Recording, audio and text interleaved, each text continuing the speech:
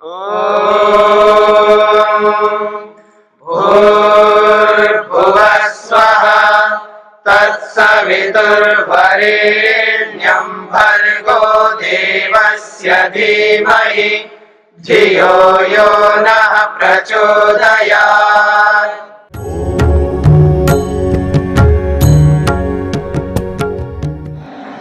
एषः प्रत्ययसर्गो विपर्यय अशक्ति तुष्टि सिद्ध्याख्याः गुण वैषम्य विमर्दात् तस्य च भेदास्तु पंचाशत्।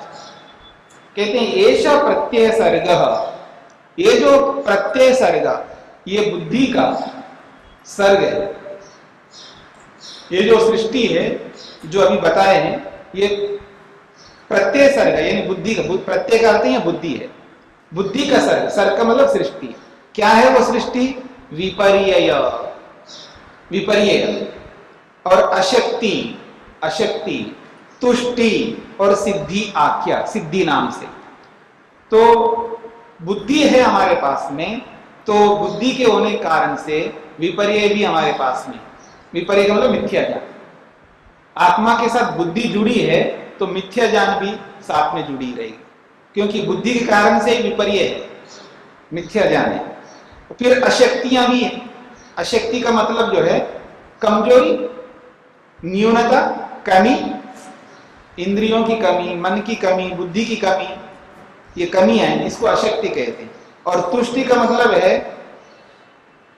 आदमी पढ़ सकता है, बस जी मैं बिना पढ़े खुश हूं जी, अजी कक्षा लग रही है, कक्षा में जाके बैठ करके कुछ पढ़ो तो कहते हैं नहीं जी बस मैं इसी में खुश हूं। ये तुष्टि दोष है। ऐसे तुष्टि दोष बहुत होते हैं।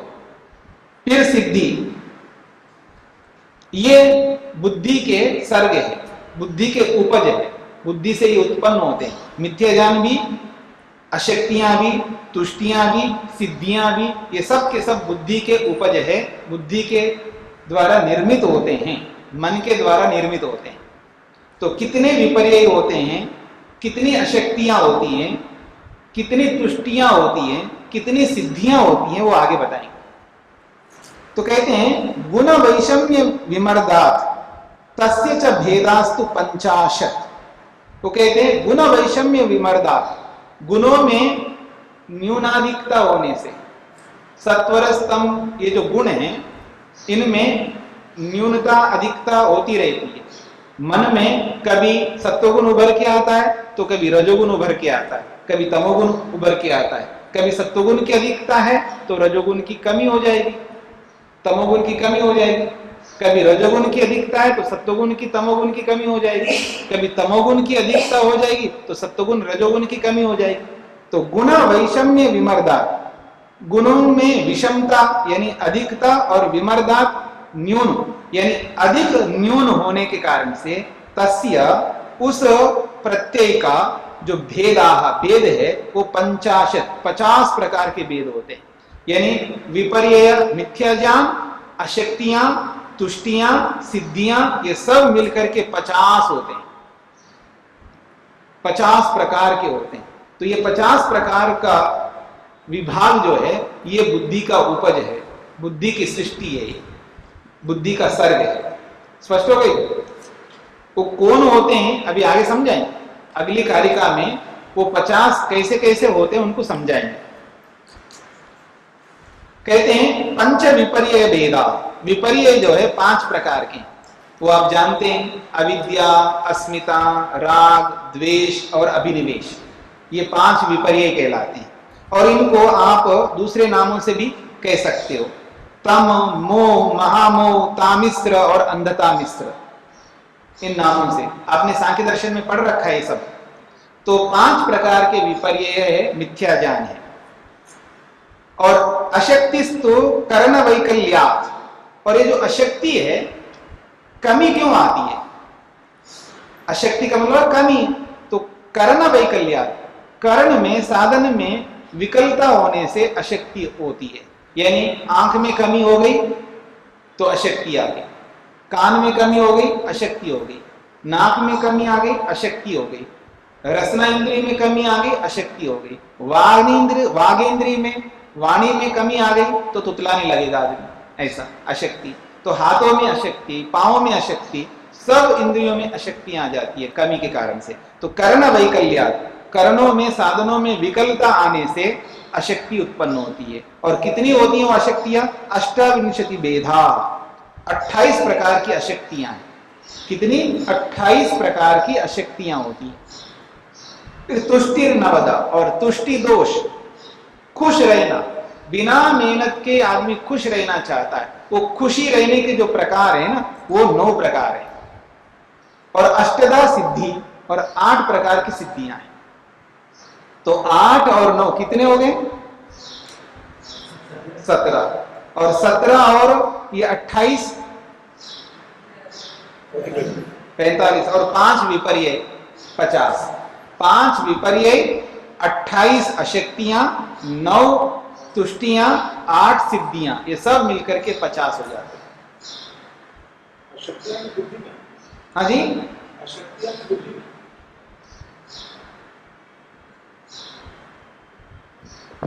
भी बुद्धि में, अशक्तियां तो इंद्रियों में, बुद्धि में भी और इंद्रियों में भी है जी। तो देखिएगा, भेदस तमसो, तमसो अष्टविधो मोहस्य च दशविधो महामोह। अब इनके भी भेद बताए जा रहे हैं। मतलब 5 विपर्य थे ना, 5 विपर्यों में भी भेद है। तो कहते हैं भेदस तमसो अष्टविध, ये जो अविद्या रूपी तम है उसके 8 प्रकार के भेद है। भेदस तमसो अष्टविध, तमस के भी 8 प्रकार के भेद है। मोहस्य च दशविध, और मोह के 10 प्रकार के भेद है। अविद्या के 8 प्रकार के भेद हैं, और अस्मिता के 10 प्रकार के भेद हैं, और महामोह के भी 10 प्रकार के भेद। मोह कहते हैं दशविधो महामोह मोहस्य च, महामोह और मोह इन दोनों के 10 प्रकार के भेद। समझ में आ रहा है आप लोगों को? पहले भेदों को समझ लो, वो क्या भेद है वो समझ में आ जाएगा। यानी अविद्या के 8 भेद हैं, अस्मिता के और राग के 10-10 भेद हैं। आगे बढ़िए, तामिश्रो अष्टादशधा, और जो तामिश्र है उसके 28 प्रकार है, नहीं 18 प्रकार, अष्टादशधा 18 प्रकार के भेद जो है तामिश्र के हैं।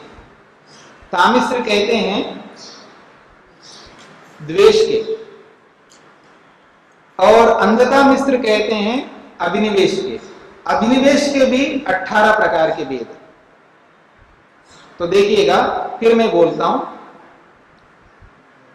तमा, तमा कहते हैं अविद्या, अविद्या के 8 प्रकार के भेद है, ठीक है। और मोह कहते हैं अस्मिता को, अस्मिता, फिर उसके बाद महामोह, महामोह कहते हैं राग को। तो अस्मिता और राग के 10-10 भेद है। फिर अगली बात है तामिश्र, तामिश्र कहते हैं द्वेष को, और द्वेष के 18 भेद है। और अंधता मिश्र कहते हैं अभिनिवेश को, अभिनिवेश के भी 18 भेद है।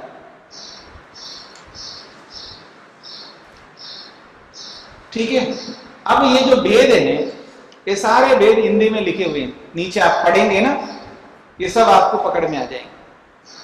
ये पढ़ करके आइएगा, हिंदी में लिखे हुए हैं सारे भेद। अविद्या के कितने भेद हैं, अस्मिता के कितने भेद हैं, राग के कितने भेद हैं, सब लिखा हुआ है यहाँ पर।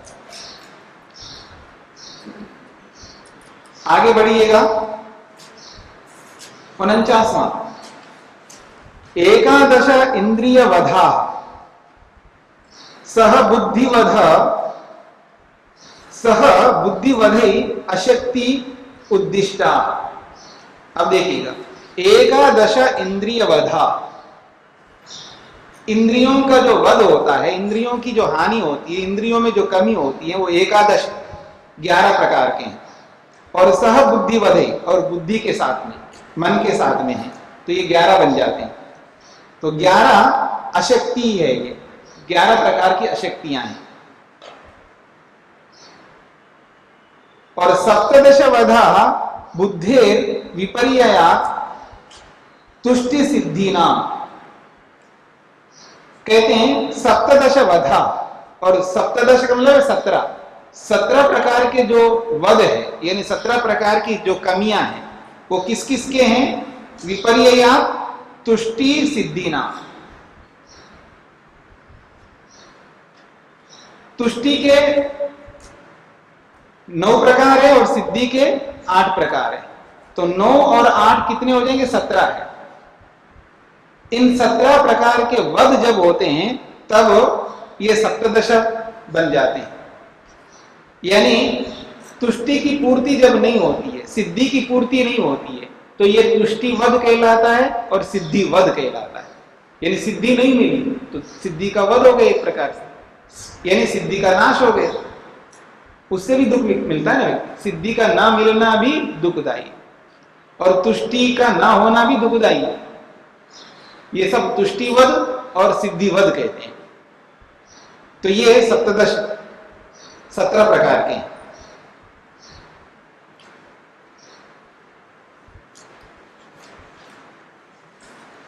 विपर्यय के 5 वेद हैं और उन 5 के एक एक के वेद बताए थे। यानी अविद्या के 8 गिन लीजिएगा, अविद्या के 8 और अस्मिता के और राग के 10-10, 28 हो गए। और फिर उसके बाद में आपने द्वेष के 18 और अभिनिवेश के 18, 36, 28 और 36 62 प्रकार के भेद हो गए। वो 62 प्रकार के भेद लिखे हुए हैं यहाँ पर नीचे। 64 हो गए क्या?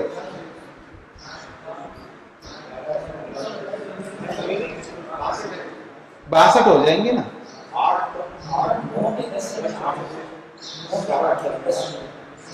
देखिए, एक व्यक्ति अगर बोले ना तो समझ में आएगा, सब लोग बोलेंगे तो समझ में नहीं आएगा।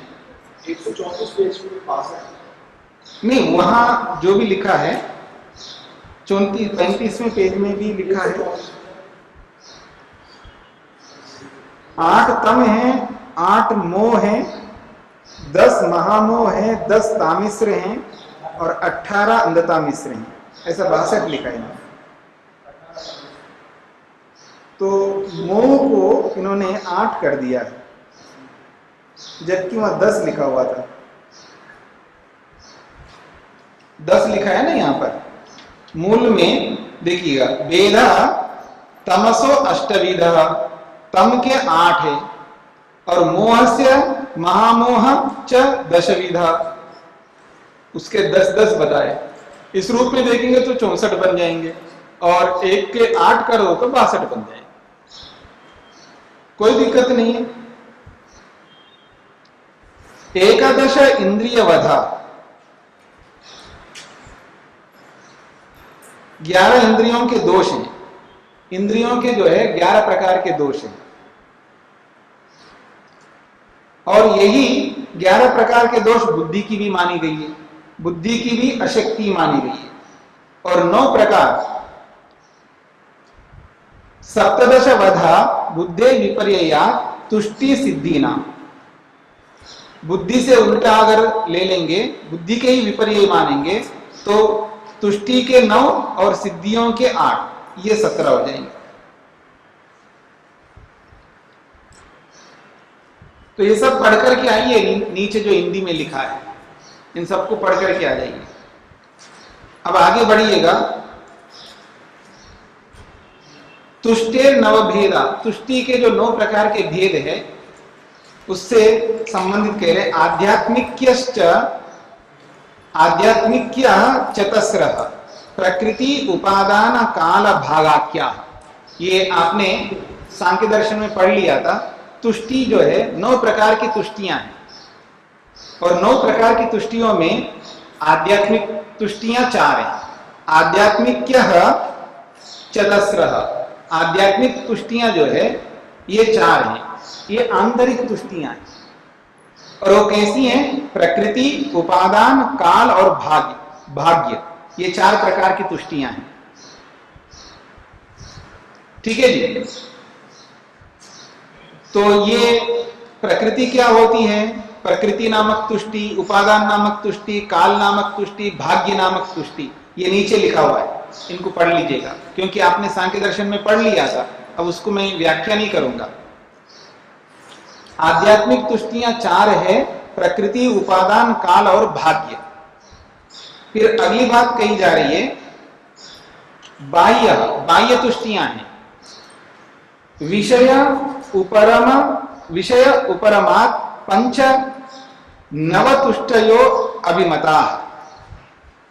तो बाह्य जो तुष्टियां हैं, विषय उपरमात्, विषयों का जब उपरम होता है यानी विषयों का प्रयोग नहीं होता है, तब ये 5 प्रकार के तुष्टियां उत्पन्न होती हैं। उपार्जन नहीं कर पाता व्यक्ति, तो उपार्जन न करना एक दोष है। रक्षा नहीं कर पाता है, रक्षा नहीं कर पाता है तो रक्षा न कर पाना एक दोष है। ठीक है ना? अर्जन, रक्षण। फिर उपभोग करना चाहिए, उपभोग नहीं करता है तो एक दोष है। ठीक है जी। और उपभोग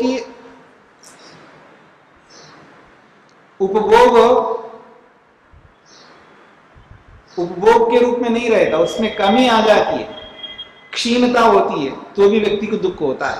यानी 2 बातें, टीवी ले आए, ठीक है, टीवी खरीद कर लाए लेकिन देखता नहीं है, गाड़ी खरीद के लाए चलाता नहीं है। कुछ लोग ऐसे भी होते हैं, मतलब गाड़ी खरीद लिया और उसकी पूजा करता रहता है, चलाता नहीं आदमी, तो भी दुख होता है आदमी को। अब कोई चलाने लगे ना तो उसको दुख होता है। अच्छा, फिर खरीद के रखा है, कोई चलाए तो दुख, और उसमें कमी आ जाए ना तो भी दुख। गाड़ी पड़ी पड़ी कमी आ जाती तो भी दुख होता है। तो उपभोग जो है, उपभोग करने पर उसमें कमी आती है तो भी दुख होता है, और उपभोग नहीं करता है तो भी दुख होता है। दोनों प्रकार से दुख होता है। तो इस प्रकार से बाह्य तुष्टियां 5 हैं। तो बाह्य विषय उपरमा पंच, विषयों के उपरम हो जाने से, यानी उन विषयों में कमी आ जाने से 5 प्रकार की तुष्टि दोष आते हैं। और नवतुष्टयो अभिमता, इस प्रकार से 9 प्रकार की तुष्टियां हैं। फिर आगे कह रहे हैं, ऊहा शब्दो अध्ययनम दुख विघात त्रय सुवृत प्राप्ति ही। सिद्धियों के बारे में बताए जा रहे हैं। ऊहा एक सिद्धि होती है, ऊह नामक सिद्धि, तर्क, जबरदस्त तर्क शक्ति उसके अंदर आती है व्यक्ति के अंदर। एक बहुत बड़ी सिद्धि है व्यक्ति के अंदर। तुरंत आप कुछ भी बोलो तो उसका कोई ना कोई तर्क देकर के आपको चुप करा देगा व्यक्ति। तो तर्क नामक एक सिद्धि है। और शब्द कहते हैं, उसके पास में अपने आप बहुत सारा ज्ञान प्राप्त होता है, शाब्दिक ज्ञान हो जाता है व्यक्ति। किसी से पढ़ता नहीं, लिखता नहीं है, तो भी उसके पास बहुत ज्ञान होता है। पिछले जन्म के पुण्य कर्मों के स्वरूप उसको शब्द नामक सिद्धि मिल जाती है, और एक अध्ययन नामक सिद्धि मिल जाती है। हर कोई नहीं पढ़ पाता है ना, हर किसी विद्या को।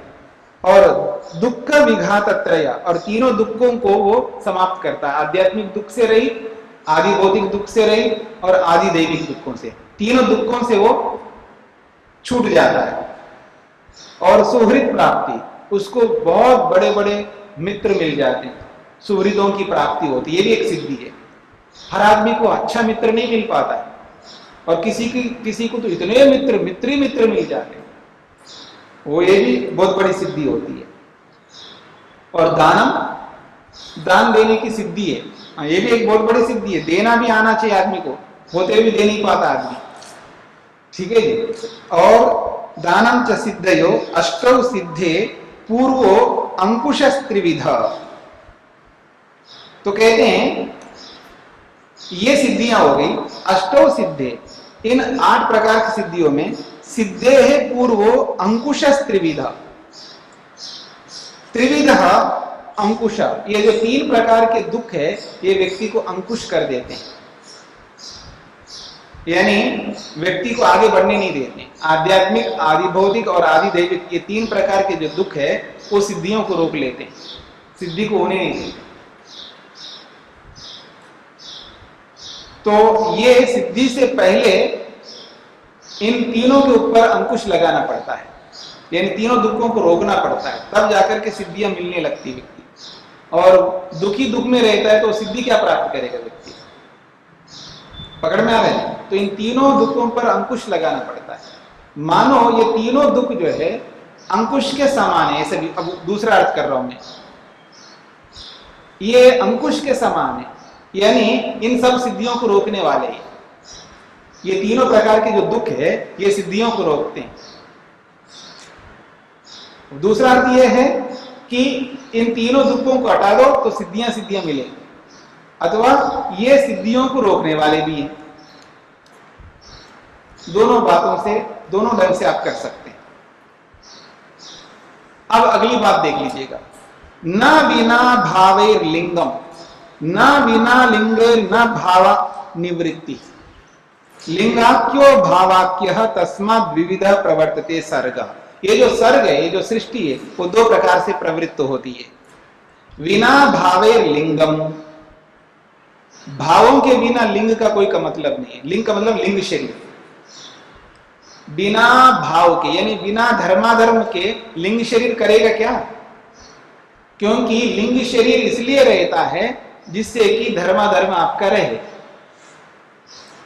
हमारा लिंग शरीर बना रहता है, शरीर तो छूटता जाता है। पीछे आए थे ना कारिका में, लिंग शरीर तो नियत रहता है, निश्चित रहता है, बना रहता है, और स्थूल शरीर समाप्त होता जाता है, नया नया स्थूल शरीर मिलता रहता है, लेकिन लिंग शरीर वही रहता है। लिंग शरीर का मतलब 18 तत्वों का समुदाय, महतत्व, अहंकार, मन, ज्ञानेन्द्रियां, कर्मेंद्रियां, तन्मात्राएं, इस प्रकार से 18 तत्वों का जो समुदाय है ये लिंग शरीर कहलाता है। ये लिंग शरीर नियत रहता है। बिना लिंग शरीर, बिना धर्माधर्म के लिंग शरीर करेगा क्या? यदि आपके धर्माधर्म नहीं रहे तो लिंग शरीर का कोई काम ही नहीं है।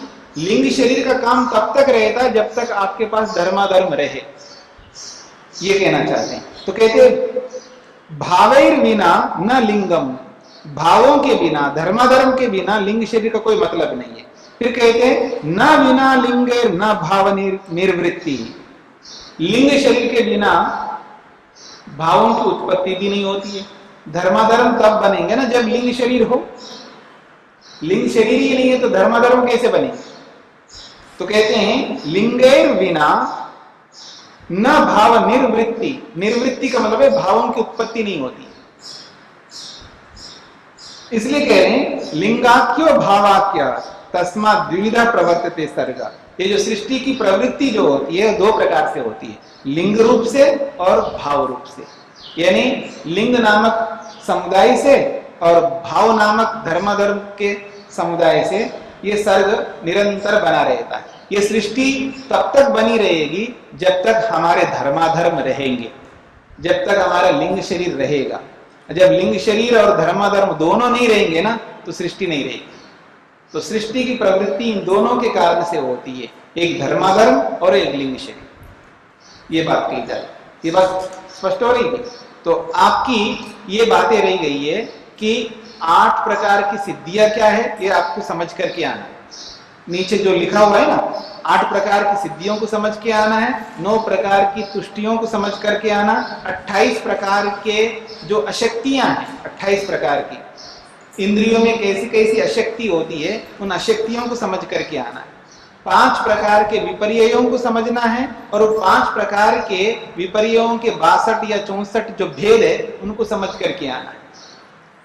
ठीक है जी। ये हिंदी में जो पढ़कर नीचे लिखा हुआ है, इन सबको अच्छी तरह समझ करके आइएगा तो दिमाग में आपके रहेगा कि जी 9 प्रकार की तुष्टि का मतलब ये है। 9 प्रकार की तुष्टि ये होते हैं, इसमें बाह्य तुष्टियां 5 है और आंतरिक तुष्टियां 4 है, और 5 प्रकार के विपर्य ये होते हैं, और इन 5 प्रकार के विपर्यों के ये 62-64 जो भेद है वो ये होते हैं, और अशक्तियां ये होती हैं। ये सब समझ करके आएंगे तो सरलता हो जाएगी। एक बार आपने सांख्य दर्शन में समझ लिया था, अब यहाँ और समझ लीजिएगा तो एक और संस्कार पड़ जाएगा। ओम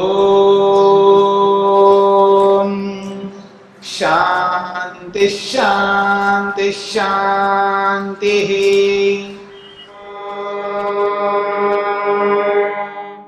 द्यौः शान्तिरन्तरिक्षं शान्तिर्पृथिवी शान्तिरापः शान्तिरोषधयः शान्तिः वनस्पतयः शान्तिर्विश्वे देवाः शान्तिर्ब्रह्म शान्ति सर्वं शान्ति शान्तिरेव शान्ति क्षमा शान्तिरेधि। ॐ शान्ति शान्ति शान्तिः।